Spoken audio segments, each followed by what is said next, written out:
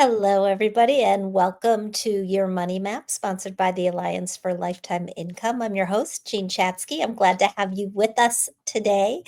According to one recent study, over half of all working couples disagree about how much money they need to save in order to retire. And that is just one of the disagreements they face as they approach their retirement years, which for some will be non working years. One key to navigating all of this is learning to communicate more effectively, or better yet, becoming, as my guest today likes to call it, a super communicator. Charles Duhigg is a Pulitzer Prize winning reporter. He is the author of the best selling books Super Communicator, The Power of Habit, and Smarter, Faster, Better. You've seen him on The Colbert Report, PBS NewsHour, Frontline, and many, many other places. Today, he writes for the New Yorker magazine, previously for the New York Times, where he was part of a team that won the Pulitzer for a series that examined Apple's impact on the global economy. He lives with his wife and two kids in Santa Cruz, California. I believe that's where he is coming in from today. Charles, so nice to see you always, and welcome to the show. Thank you for having me. This is a lot of fun.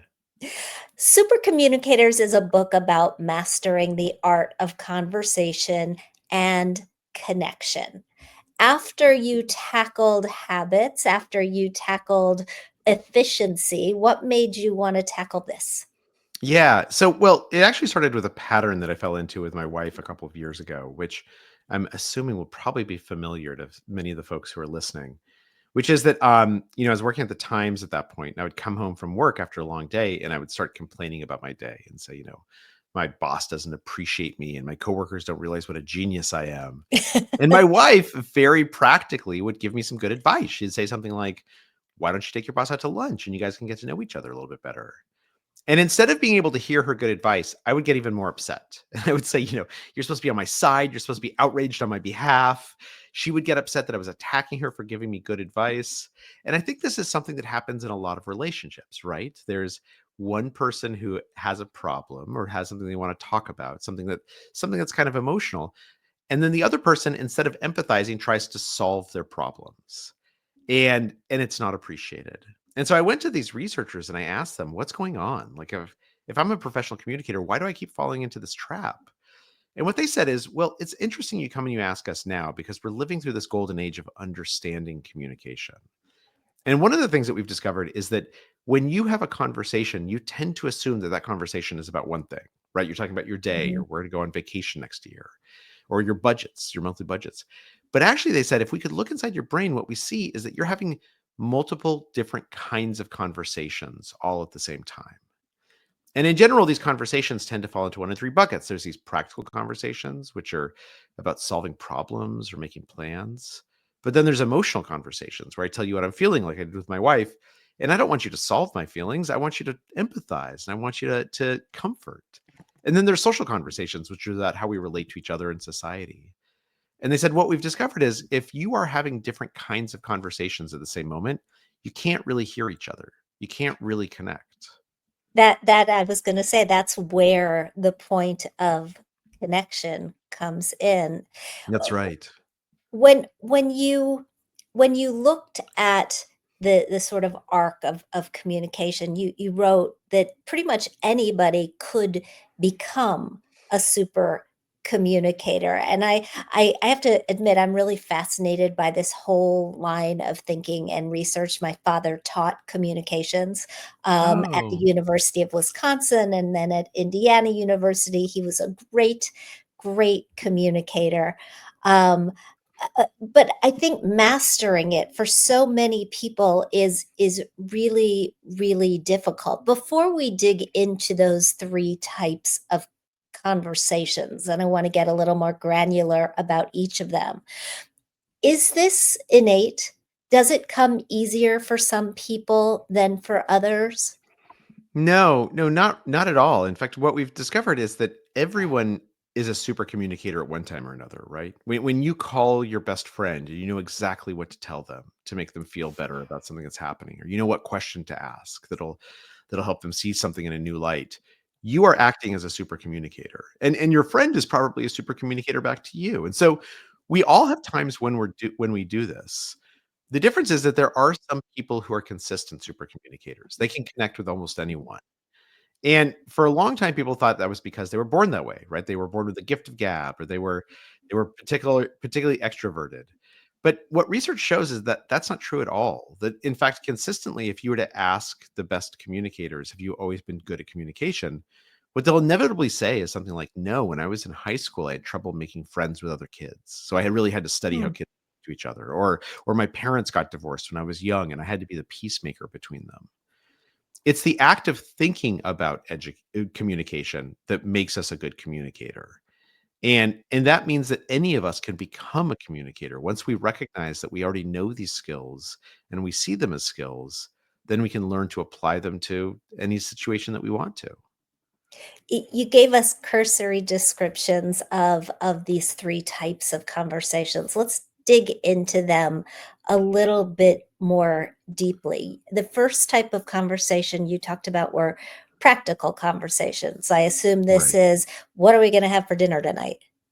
Yeah, yeah, or where should we go on vacation, or what's our budget for next month, or, you know, I if you're even just basically, if you're solving problems, if you're making plans, if you're approaching something analytically, you're probably in a practical mindset, you're probably having a practical conversation.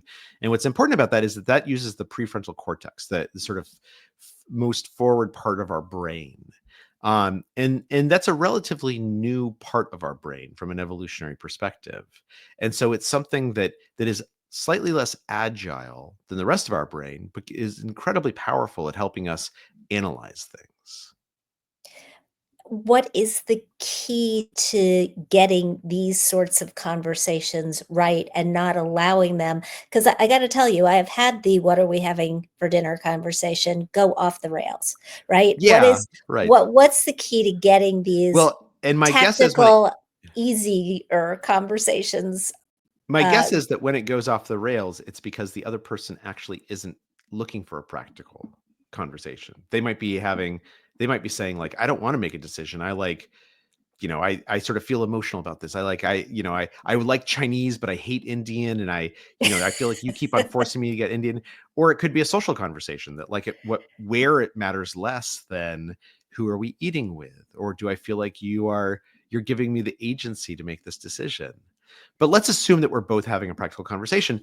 The goal of a practical conversation is to come to a decision or come to a plan, right? That's what feels satisfying to everyone who's involved. Is it doesn't have to be the best plan. It doesn't even have to be the right plan. It doesn't even have to be a plan where you and I agree with each other.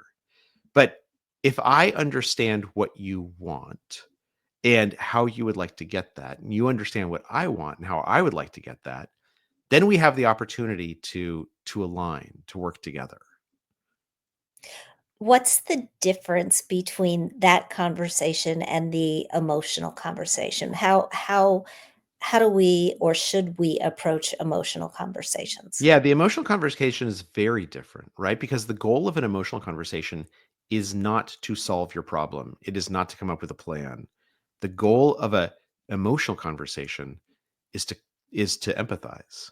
And so if I say something and I see that you empathize with it, that you understand it, then I don't want you to solve my emotions. I want you to tell me that you hear me, that it's okay. And in this case, what we're using is a completely different part of our brain. It's the interior of our brain, the amygdala and the basal ganglia and other related neural structures. And and when I'm using that part of my brain, I don't make a lot of logical, analytical choices. Instead, what I do is I use a logic of kind of, how do I feel about this? How does this relate to other situations I've been in that are like this? And most importantly, do I feel like if I show you some vulnerability that you judge me or that you don't judge me? That's where the power and the goal of an emotional conversation comes in, and it's very different from a practical conversation. Right, and so in the example that you shared, at the top of the show, you came in from work hot and wanting to have an emotional conversation, and your wife responded with a practical That's conversation, and exactly right. that's why you had the disconnect. How's a social conversation work? How is it different?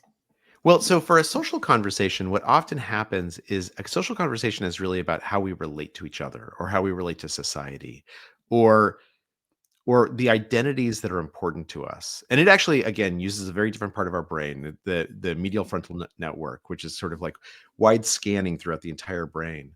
And a lot of our brain is devoted to things like social conversations because understanding how we relate to each other is really important as a species. And so we spend a lot of time, anytime we talk about other people or we talk about how we relate to other people or how we relate to each other, oftentimes when we're having conversations about politics, for instance, we're having a social conversation because what we're really talking about is what kind of society we want to live in, what we feel like is just and right. And in that kind of conversation, and there's something that's important, which is that all three of these conversations are all equally important and equally legitimate, right? And during a discussion, you'll probably have all three kinds of conversations. You'll go from practical to emotional to social back to emotional again. What's important though is that you become aligned so that you're moving through those different conversations together. So that when I'm in a practical mindset and I'm looking for a practical answer, you're also in a practical mindset. And when you turn emotional, I can I can access sort of having an emotional conversation so that I can align with you. It's that alignment, what in neuroscience is known as neural entrainment, that makes communication powerful. And if we don't have it, if I'm having an emotional conversation and you're having a practical conversation, we actually fully can't fully hear each other. Even though we can perceive the words, we don't understand what the other person is trying to tell us. I think that there's a lot of misalignment or disalignment going on when it comes to couples and planning for various stages of their life. And we've got research on this. We've got a recent study from Ameriprise that found that about a quarter of all couples disagree on how much they'll actually need for retirement, how much they'll spend on things like hobbies and travel, how much they leave to children and grandchildren. I know from other research, other articles that couples disagree on the basics of retirement, where and when and how they're actually going to spend their time.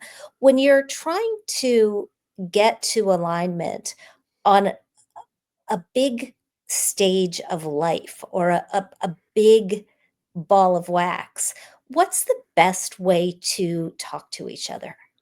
Yeah, well, I think so. Let's take retirement, right? Like, the first thing to do is to figure out, is this a practical conversation? Are we sitting down and just, we're doing some spreadsheets, we're figuring out, do we have enough to retire? How long will our money last? What lifestyle changes will we need to make? Are we having a practical conversation or are we having an emotional conversation? Because for many people, retirement is an inherently emotional topic, right? Money for most of us is an inherently emotional topic. That when we sit down and we do a budget, it brings up all these anxieties. Do we have enough money? Did I make good choices? Am I going to be able to provide for my kids? And unless we acknowledge that emotional level, unless we acknowledge that emotional conversation, unless we say, look, I see that you're feeling really anxious about this and I understand. And I want to put on the table that I'm feeling anxious too. I think the way that we can address that anxiety is to really come up with a budget and just stress test the budget, see if the budget makes us happy, right? In other words, I see that you're an emotional mindset. Can I invite you to join me in a practical mindset for just a little bit so that we can come up with a budget and then we can go back to the emotions and we can figure out how this budget makes us feel. When we're very clear on what kind of conversation we want to have and what our goal is from that conversation, then it's much easier to have the discussion. Right? Because if I come to you and I start talking about budgets, but actually I'm just very, very worried about the future, and I just need you to Mhm. tell me that my worries, that you understand my worries, you hear my worries, and you'll make sure that we do everything to avoid them coming true, then that's what I want out of that conversation. That's my goal for that conversation. Coming up with a budget is secondary to that. But the more I understand what I want and I tell you what I want and I ask you what you want, the better that conversation is going to go. Sometimes I feel very silly, but my husband and I will schedule a conversation when we know it's gonna be about money. We'll Yeah, be we're gonna go through things this afternoon, we're gonna go through the numbers on what this year or this month is gonna look like. Let's do it at 1 o'clock, and by 2 o'clock we'll be done. And that sounds kind of ridiculous, but it actually makes it a whole lot easier knowing this is what we're in for, this is when we'll go through it, and this is when we'll be finished, and we'll be able to come out of the other side and do something that we both like much better. yeah. Are there other sort of framing devices that you like to use to get people to communicate about difficult things? Yeah, there's a number of them. So I think there's 2 things. I think scheduling time is really important, right? I think that setting aside time to have a conversation and saying and saying instead of talking about money at like 2 o'clock in the morning when we both wake up because the baby's crying or because I'm panicking. Let's set aside 10 o'clock in the morning when we can both have our coffee and we can sit down and we don't have anything on the calendar for a full hour and we can talk this through. That's really, really smart, right? Because what you're doing at that point is you're basically setting yourself up for success. But the other thing that's really important in those conversations is that, and within psychology, these are often known as conflict conversations, not necessarily because we're in conflict with each other, but because it's a tough conversation. It's a conversation where we might disagree with each other, where we might be feeling anxious, where we might be in conflict. We might fundamentally disagree about something like politics.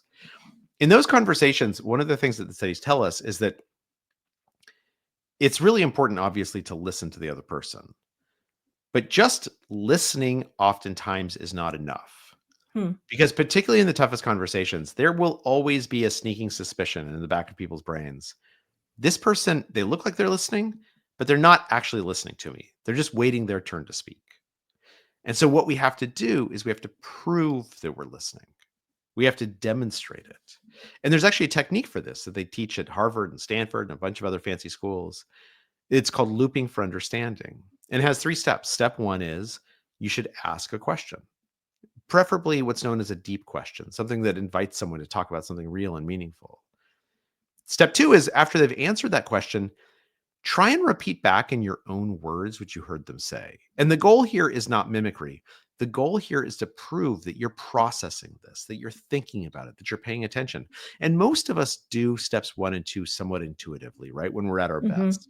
But it's step 3 that I always forget. And step 3 is once you've repeated back what that person had to say, ask if you got it right. Did I understand you correctly? Ah.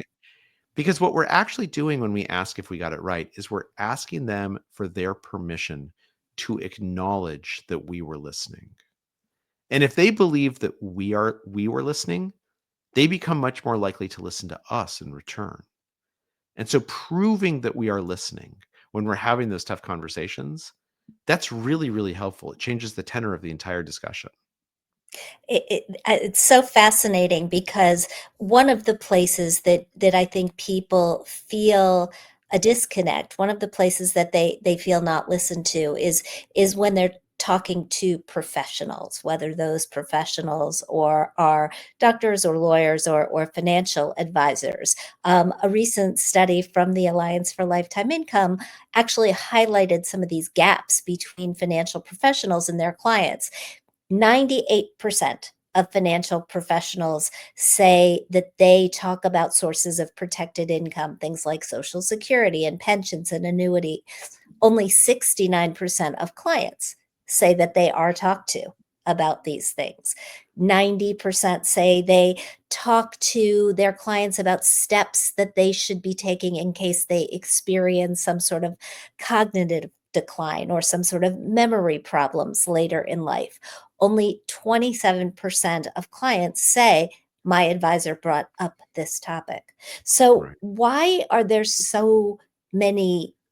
These are not gaps, these are gulches, right? Why Yeah. are there's such big differences here?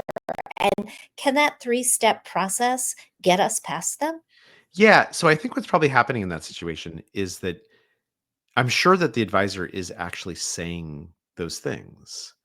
And it's not that the other person is ignoring them, it's that they can't hear them, right? If I come into your office and I'm in a panic and I'm just or even if I'm not in a panic, I'm just feeling anxious. I'm feeling Mhm. anxious about like my finances. I'm feeling anxious. I'm not looking forward to this conversation because I know talking about money sort of like makes my stomach clench up. If I come into your office and I'm in an emotional mindset and you don't acknowledge that, you don't you don't acknowledge my emotions, you don't sort of match me in having just a couple minutes of letting me vent or unleash my emotions and share them with you, and if you don't empathize, then even if you give me great advice, great practical advice, I'm just not going to hear it.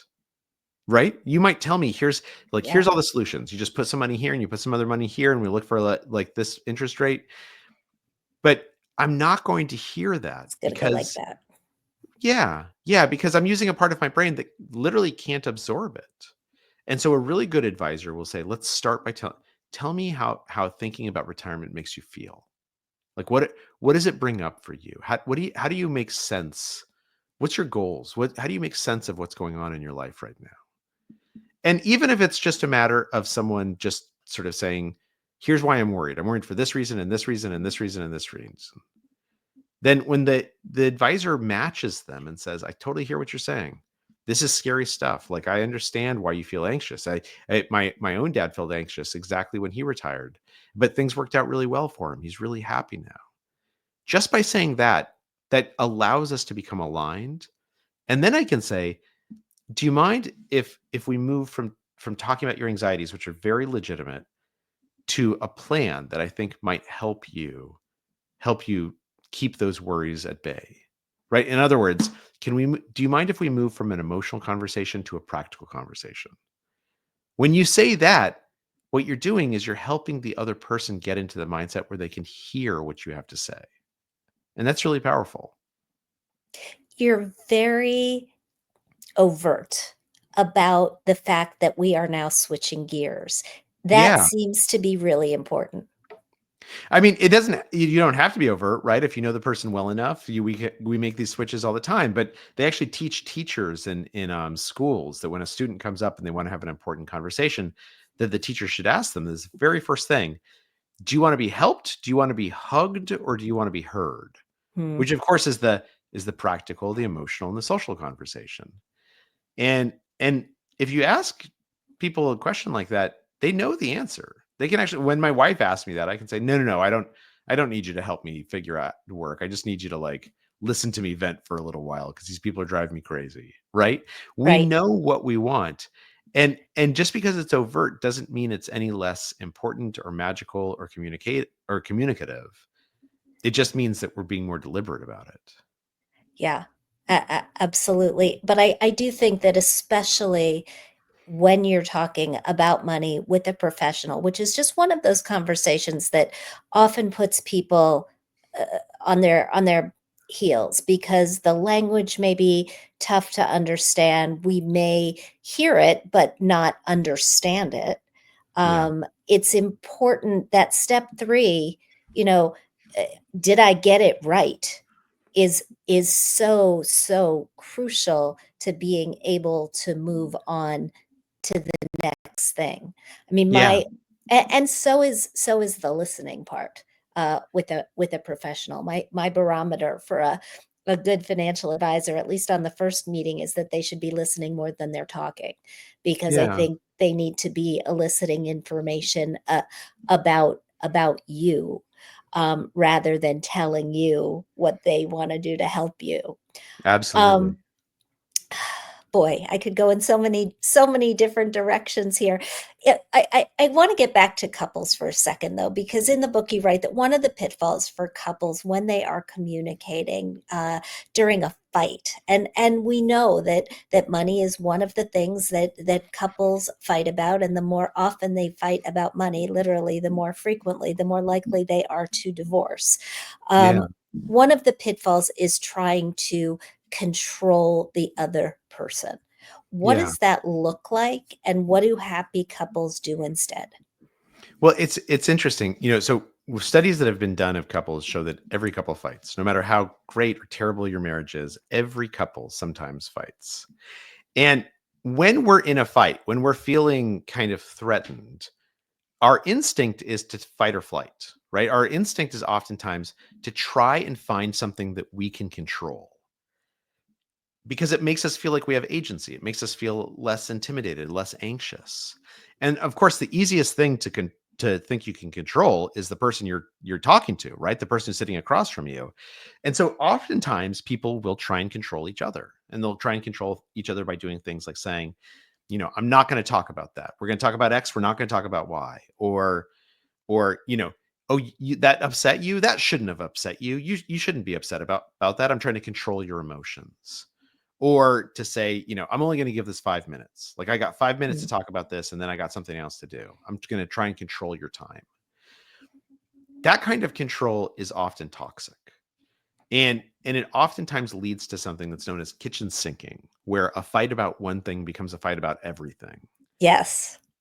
Now the question is, what should those folks do? Because they have this instinct for control. It's very natural and it's very human. And simply saying like, I'm gonna pretend I don't want to control things, that's not gonna work, right? Is that need for control is lagging, is it in your head? And so what is better and what happy couples do is they tend to try and find things that they can control together. So they might, for instance, say, look, it's 2 o'clock in the morning. We're not seeing eye to eye on this. Let's go to bed. Let's sleep. Let's wake up tomorrow. Let's have a cup of coffee. Let's talk about it at 10. Right. So in other words, we're going to control the environment of this discussion together. Or they might try and control the boundaries of the fight itself. Instead of saying, like, oh, like, the reason we don't go to your mom's on Thanksgiving is because you don't earn enough money. And by the way, your mom doesn't even like me. Instead of just saying like, look, let's not talk about money. Let's not talk about moms. Let's just talk about where we want to spend Thanksgiving. Like what's the best plan for Thanksgiving? I'm going to control the boundaries of this discussion together. And sometimes it's self-control, right? It's someone saying, look, I'm upset right now. Let me take 5 minutes to sort of collect my thoughts and catch my breath. I want to control myself rather than trying to control you. And the thing about all three of those is that it gives us a chance, even though we're disagreeing with each other, even though we're having a fight, it gives us a chance to get on the same side of the table together because we are controlling the environment together. We are controlling the boundaries of the fight together. We are controlling ourselves with permit and explaining to the other person why we need that. That allows us to cooperate even amid a fight. And it's that cooperation that makes the fight so much easier. Along the same lines, we like to wrap up these conversations with a few pieces of sort of tactical advice that people can take away. When I think about retirement, I think about a new life situation, and new situations are often scary situations. Yeah. It's you're somewhere you've never been before, you're trying to navigate it, your spouse is trying to navigate it. What sort of 3 takeaways would you give to couples who are headed toward this phase of life and wanna get into it and begin it with as little communication strife as possible? Yeah. It's a great question. So I think my first one would be to say it's important to know yourself, right? When topics like retirement, when topics like money come up, how do you react? Do you react emotionally? Do you react practically? Like figure out sort of what your first instinct is. And none of them are better or worse than anything else. But if I go into a conversation about money and I pretend that it's all practical, I pretend it's just about budgets. But actually money for me is a very emotional topic. That Mhm. conversation isn't going to go well.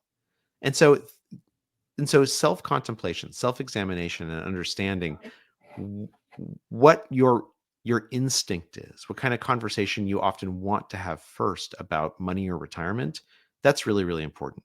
The second tactic that I would say is then ask the other person, like what kind of conversation they want to have.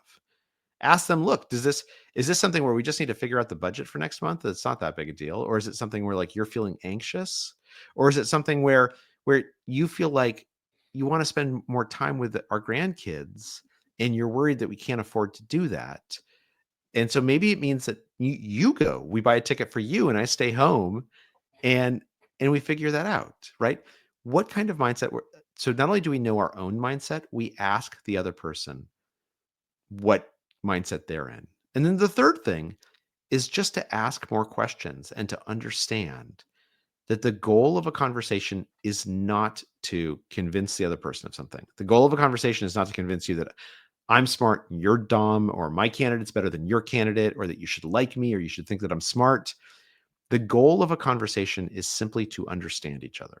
For you to speak in a way that I can understand how you see the world, and for me to speak in a way that you can understand how I see the world. And if we've done that, even if we walk away still disagreeing with each other, we haven't figured out what our budget's for next month or who's going to go see the grandkids. If we understand each other, then that conversation has been a success. And so setting our sights on simply understanding each other as opposed to convincing each other, or as opposed to, you know, coming up with a plan when some of us aren't ready for a plan. Understanding each other is what the goal is. And if we understand each other, then no matter how much conflict or anxiety we're feeling, it's easier to manage. Love it.